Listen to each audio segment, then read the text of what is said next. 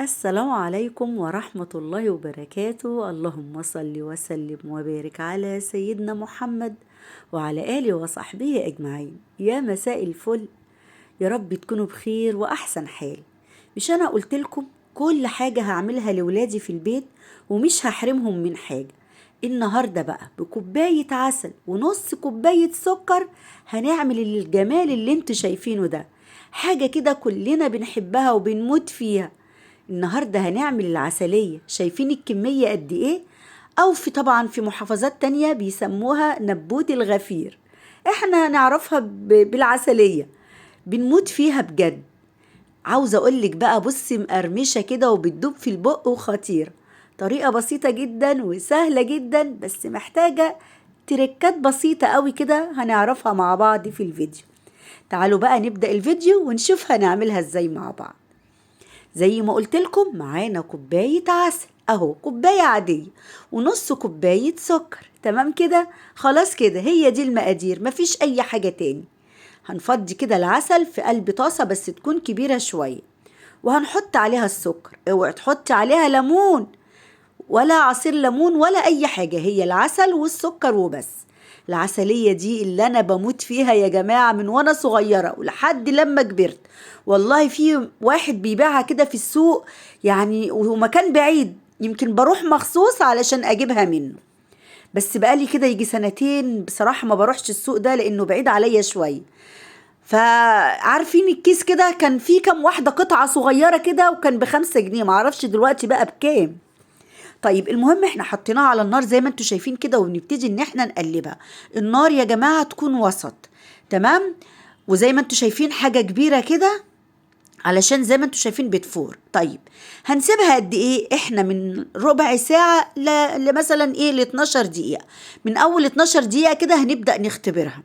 انا عاوزة ناخد نقطة كده صغيرة من بعد 12 دقيقة ونختبرها. انا عاوزة النقطة دي امسكها مجرد انها تبرد الاقيها نشفت في ايدي. بصوا خدت نقطة اهو بالمعلقة صغيرة كده وهسيبها تبرد، تمام؟ نلاقيها نشفت، بس مش تبقى ايه بقى عبارة عن حطب قوي، لا ناشفة، تمسكيها تلاقيها نشفت في ايدك. بصوا هنا انا هي مهدية الفيديو عشان تشوفوا. بصوا هنا بتتحرك في ايدي اهي، بردت اهي بس طرية عاملة زي العجينة. لا انا عاوزاها تنشف، مجرد انها تبرد كده امسكها الاقيها كرة ناشفة، دي طرية اهي، تمام؟ يبقى نسيبها شوية تاني.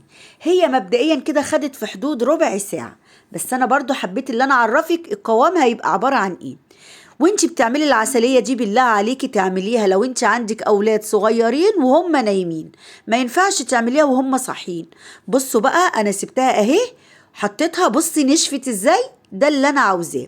نطفي عليها بقى كده، انا طفيت عليها، وتعالوا نروح على الرخامة. ولاد صغيرين يبقى لازم تعمليها وهم نايمين، وهقولك ليه دلوقتي. مسحنا الرخامة كده طبعا نضيفها لان احنا هنشتغل عليها. حبة زيت بقى بفرشة كده ونبتدي ندهن الرخامة بتاعتنا، لازم تدهنيها زيت علشان هنفضي عليها العسلية بتاعتنا وهي سخنة. اوعي تسيبيها اما تبرد هتجمد، هتتقل منك، مش هتعرفي تنزليها من الطاسة، ماشي؟ زي ما انت شايفة كده يعني هي سخنة ملهلبة، وخلي بالك وانت شغالة قولي الله، يعني شغالة فيها قولي اللهم اجرنا من نار جهنم يا رب. اللسعة بتاعتها صعبة جدا، فدايما يعني ايه، خلي بالك اوعي تتلسعي منها ارجوكي. بصي بقى لميناها كده انا جبت القطاعة بتاعت العجين، او هاتي معلقة اي حاجة عندك، وطبعا دهنين زيت زي ما انتوا شايفين كده علشان ما تلزقش. وببتدي بس اهديها لحد لما اعرف امسكها بايدي. اوعي تحطي ايدك عليها كده ملهلبة، اللهم اجرنا من نار جهنم يا رب. لو مسكتيها كده مرة واحدة خلي بالك ممكن لا قدر الله تتلسعي. فانتي وانتي بتعمليها بالقطاعة العجين دي او كده بايدك، تحاولي ايه تمسكيها الاول تشوفي تقدري تمسكيها ولا لا. طيب احنا كده خلعناها خلاص من على الرخامة. بصي بقى الشغل هنا ده المطلوب اثباته. اوعى حد يفتح الفيديو دلوقتي ويقول سهير بتعمل ايه، ما يعرفش انا بتكلم عن ايه في البداية ويفهم غلط. أرجوكم حد يفهم غلط إيه ده؟ لو أي حد فتح الفيديو هيفهم غلط. يا حلاوة. خلوا بالكم بس، أنا بقول كملوا. طب الفيديو اللي فتح من هنا يكمل الفيديو، أنا بعمل عسلية يا جماعة. طيب بصي بقى اهم حاجة في الخطوة دي ان انت تمطي وتشدي فيها كده. عاوزه اقولك انا قبل ما احط النشا خدتها وجريت على زوجي جوه في الاوضه كان نايم، قلت له الحق شدي معايا. قال لي شدي ايه يا ست انت؟ قلت له نبوت الغفير. قال لي طب شدي انت من الاوضه واقفلي الباب وشغلي لي التكييف. جريت على بنتي قعدت بقى، قلت لها شدي بقى، بصراحه انت محتاجه حد يشد معاكي. انا بقول لك اهو، لان هي في الاول بتبقى صعبه شويه، لازم تشدي فيها، تشدي لحد لما لونها يبيض. شفت لونها عمل ازاي؟ لو ما شدتيش فيها تبقى عامله في الاخر عجينه طريه كده زي اللبانه.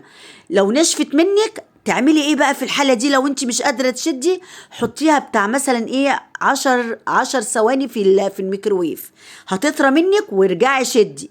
بصي انا مش هكذب عليكم، محتاجه شد كويس يا جماعه.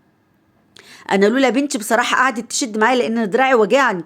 او انت بقى شدي بقى ومطي بقى، شدي بالمترين كده، خليها تمطي معاكي بالمترين وطبقيها، تمطي وطبقيها. انا بقولك على الخطوات، مش برغي كتير والله، بس في حاجات مهمه. لحد لما تلاقيها طريت تماما وبقت لونها ابيض، تبداي بقى تشكليها وتقطعيها كده، تكوريها ورش حبه نشا، وتبتدي اللي انت ايه تقطعيها السمك اللي انت عاوزاه. طب انا هنا جيت حطيتها في السمسم ما مسكتش بصراحه. ليه بقى؟ لان هي نشفت. طب عملت ايه؟ رحت حطيتها في الميكروويف طريت شويه، وابتديت كده ادهن ايدي حبه ميه خفيفه، ميه تدهني ايدك ميه وتمسكيها كده وتبرميها وتحطيها في الايه في السمسم، هتلزق وتنشف وتبقى تمام قوي. تمام كده. عرفنا يا جماعه خطوه هي سهله وبسيطه، بس مشكلتها انك انت لازم تشدي فيها. كان في ناس بيعملوها زمان، يعني كنا نعرف ان هم بيدقوا مسمار ويشدوها ويخلوها بالتلاتة متر ويرجعوا يعملوها تاني. فحتة الشد دي محتاجة بقى حد يكون معاكي بنتك علشان ما تتعبيش لوحدك. هي تشد وانت تشد وتبرموها وتشدوها تاني وتبرموها لحد لما لونها يبيض وتبقى عاملة زي العجينة كده وطرية. اول ما تبقى زي العجينة رش عليها حبة النشا وبرميها وقطعيها. تقدري بقى تعمليها بسمسم زي انا ما بعمل كده، تقدري تسيبيها سادة. لو سبتها سادة ادهنيها نشا بس زي ما الناس بتعملها. تقدري تقطعيها عقل صغننة كده وتقدري تخليها زي كده، دي زي بتاعت زمان. بجد يا جماعة من الحاجات الجميلة اللي أنا بموت فيها، مفيش أحلى من حاجات زمان، كانت حاجات صحية وجميلة. عاوزة أقولك العسلية دي مغذية طبعا، فيها حديد، معمولة بالعسل الأسمر، فطبعا جميلة أحسن مليون مرة من الحلويات اللي احنا بنشتريها من المحلات جاهزة اللي كلها ألوان صناعية ومواد حافظة. لا، دي لا مواد صناعية ولا مواد حافظة، دي عبارة عن عسل كله حديد، حاجة كده لذيذة، واللي احنا كنا عايشين عليها زمان وكنا بنشتريها في المدرسة. شايفة بكوباية عسل عملتي كمية قد ايه؟ الله بجد، الله بجد. شايفين؟ مش قادرة اقولك دول لو انت هتشتريهم دلوقتي تشتريهم بكام؟ ولا ب100 جنيه. لان انا اشتريت الكيس من سنتين، في كام عقلة كده صغننين قد عقلة الصباع، كام قطعة كده، كان ب5 جنيه، ما بالك بقى ده. الله بجد. طيب يا رب الفيديو يكون عجبكم، ولو عجبكم اعملوه وجربيها تعجبك قوي، بس امشي بالطريقة دي وانا معاكي على الماسنجر، لو احتجتي اي حاجة كلميني وهرد عليكي. ويا رب الفيديو يكون عجبكم، والسلام عليكم ورحمة الله وبركاته.